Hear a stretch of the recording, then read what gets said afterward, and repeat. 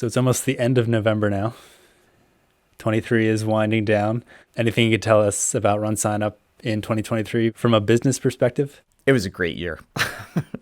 So the company grew probably 16, 17, 18%. We'll see where it winds up. The company was profitable. We did great in terms of customer service. We put out, more than 2,000 releases of our software. We had huge major releases on the website, email, race day scoring, a new renewal process for races, just a whole bunch of great things happened in 2023. I think the story for 2023 really goes back to, kind of what we learned and experienced coming out of the pandemic. So towards the end of the pandemic, we were starting to grow fast and accumulate more customers than ever.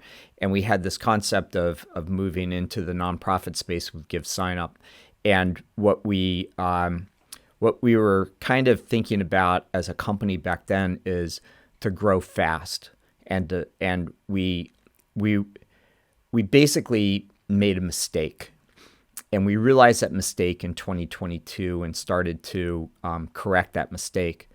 And the mistake kind of boils down to we were trying to push on a string.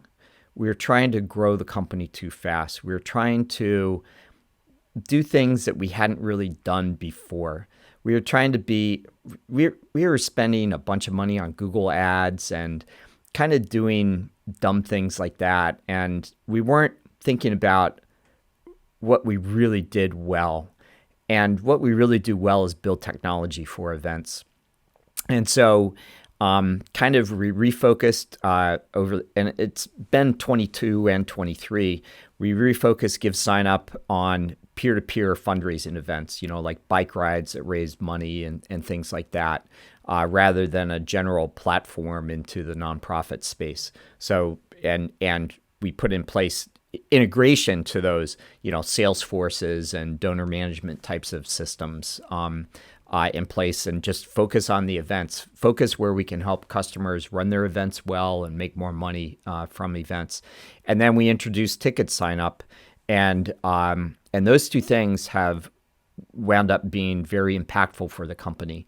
And then on the marketing front, we kind of, experimented with, kind of more aggressive marketing and sales tactics, and it just didn't work. It wasn't us, and so we weren't being authentic. And so our marketing has returned back to being really all about customer education, right? And being authentic, being the tech nerds that we are, and just admitting that. and the other thing that we've come to realize is that in the events market is it's not a new market. Every event already has a vendor, whether it's on the race side and they have a registration vendor, or it's on the ticket side and they've got a vendor.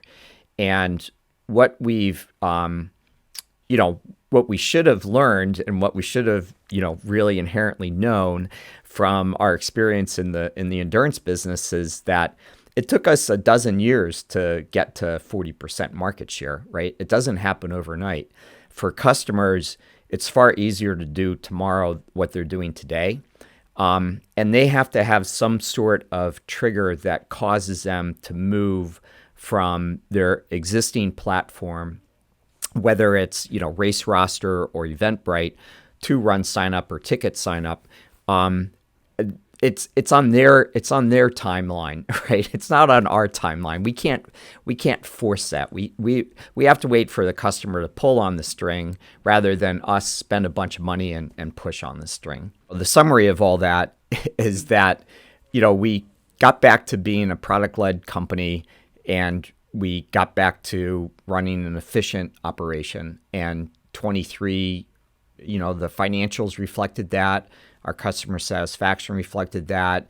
Our employee, retention and happiness factor really reflects all that.